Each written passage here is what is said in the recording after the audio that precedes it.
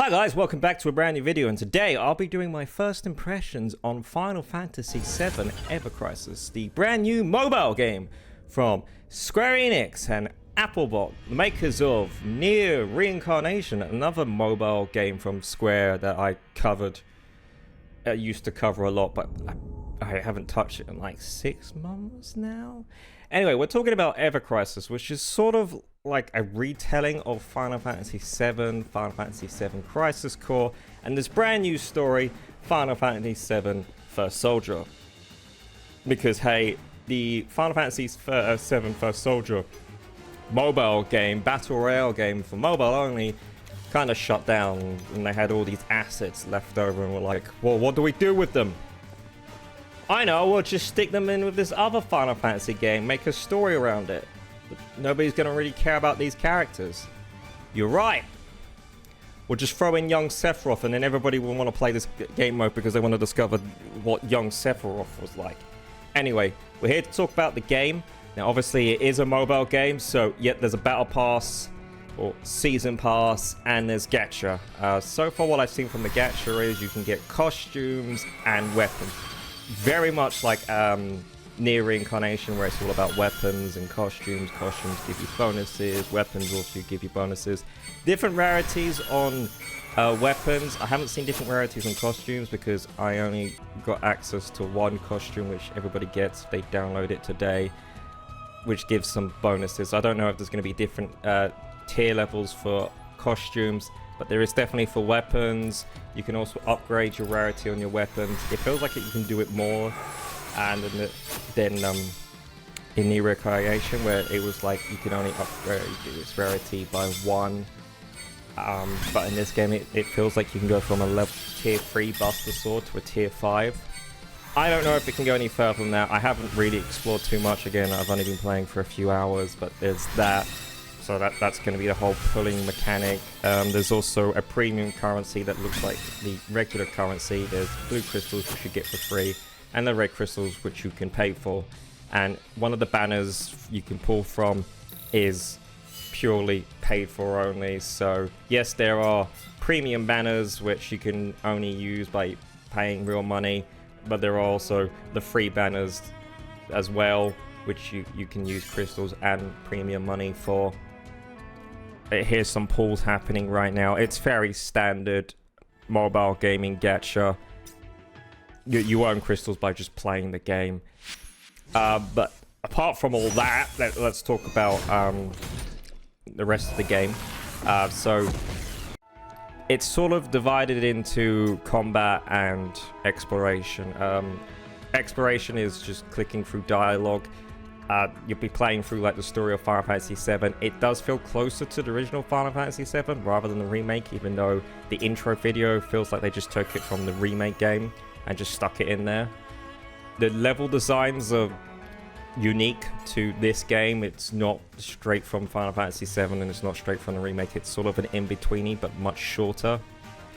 In the first mission, when you're doing the reactor, when it's the escape sequence, when you've got like 10 minutes to escape, it's just a cutscene. There's no control. But apart from that, rest of the time you can move around by holding and dragging, or if you auto, so you can select auto movement, where you just click on an area on the screen and your character will automatically go to it. If you click on a chest, your character will automatically open up the chest. There are some random encounters in certain levels, so basically you have different mission types. The game's broken down into missions, so you'll be playing the first reactor is one mission, and then there's like some dialogue scenes where if you just see this storybook image, that just means it's just a story mission. There's just dialogue. If you have like the two swords crossing, that means it's a combat mission where you're just fighting random encounters or an encounter.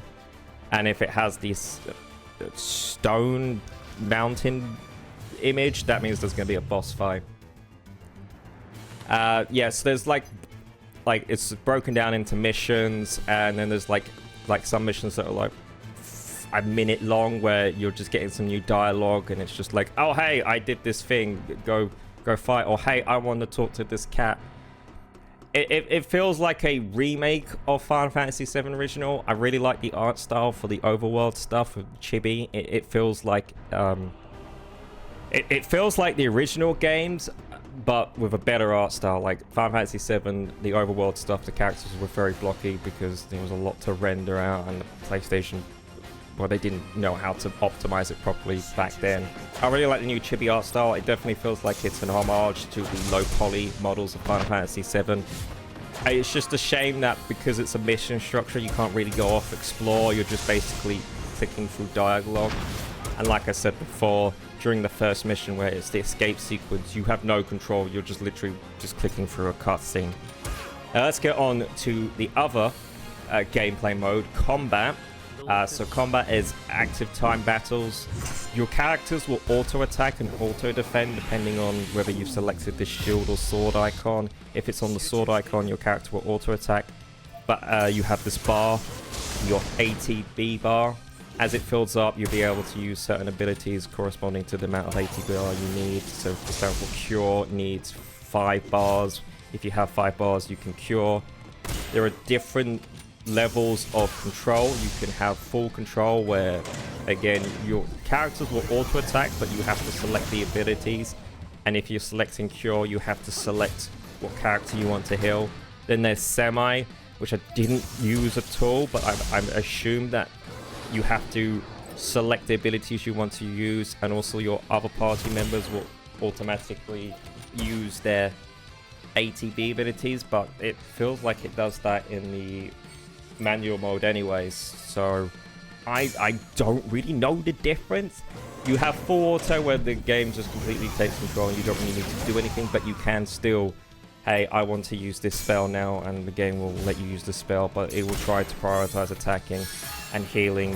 It will heal whoever's at the lowest again, but it doesn't really focus on healing. So you may want to go semi mode, and again, all your party members' attacks are automatic, and it would select the target. But I think the game just selects one target and just focuses on that until it dies, rather than spread out the targets. And then you also have like limit break modes. This yellow bar fills up. The more limit breaks you do in succession, the more damage it will do. There's also this whole stagger meter. At a certain point, enemies will like defense up, and then you have to break their barrier. And once you do that, they enter a stagger mode where they can take more damage. And again, with the limit breaks, if you combine all the limit breaks together, you can do more damage if they've staggered. Otherwise, you can just select them whenever. If they're in the defensive mode, then you're going to take less damage. There are also a bit where they'll do a super special attack, in which case you need to switch to defensive mode and you take less damage. But the game, you're probably going to be playing in semi or full automatic mode anyway, and the game is just going to switch that mode on whenever you need it. So combat is basic, I guess. It's not really too much to it. Overworld gameplay, it's, you know, sometimes some dialogue option comes up, but because it's mission structure, it just constantly feels like as you're getting into the story, it's like, no, mission done, go back to the main page, select the next mission. Oh, mission done, go back to selecting the main page. But at least you can easily replay some of the levels before. There is a stamina system, and that is in correspondence to the solo quest modes, and I think the co-op quest modes later on, where solo quest modes are basically just gathering materials to level up your weapons, because this is a mobile game, and obviously you need to level up weapons and stuff by throwing specialist items at it and earning gold from battles and doing all this stuff. It's par for the course for mobile games. But like I said, the graphics are good. The combat graphics use the models from Final Fantasy VII Remake, and then obviously the other overworld stuff, they use their own proprietary models made for the game. So you've got a mixture of Final Fantasy VII Remake models and chibi models, which definitely feels like the original Final Fantasy VII. The story, what I played so far, does deviate from the original story by adding some stuff, and a lot of it just feels like pointless dialogue options just to throw in some combat missions here and there. But it definitely feels a lot closer to the original Final Fantasy VII rather than Remake, where it feels like it just pads a lot. But this game doesn't feel like it pads a lot, but because of the mission structure, they can throw in random pads and it doesn't feel as bad as did in remake. Well, I mean, some of the padding in remake was bad. Some of it was really good and gave a lot more character depth to some of the characters. But I'm not sure who this for. If you play the original Final Fantasy VII, you don't really need to play this game. I haven't really touched the first soldier stuff, so maybe you'll probably be interested in that. I'm going to keep playing. This isn't a full review, this is a first impressions, so, you know, I haven't really got too deep into the Final Fantasy VII story and haven't touched the other stories yet, so, you know, take everything I say with a pinch of salt. But so far, it's very much like Neo Reincarnation, where a lot of it is just moving around and dialogue, and then the combat is somewhat basic, but a lot of it is going to be down to just grinding out materials so you can level up your weapons so then you can progress the story. What I've also noticed is that the main story stuff doesn't take stamina. It's only like the material grinding stuff, so that's good. But overall, I'm assuming if you're a Final Fantasy VII fan, you might check it out, but it is just a mobile game. And it really pains me because I wish this was just like they just took this idea and made a full Final Fantasy VII remake with the overworld graphics being this chibi art style, and I think it would be great, but hey ho, we've got this instead.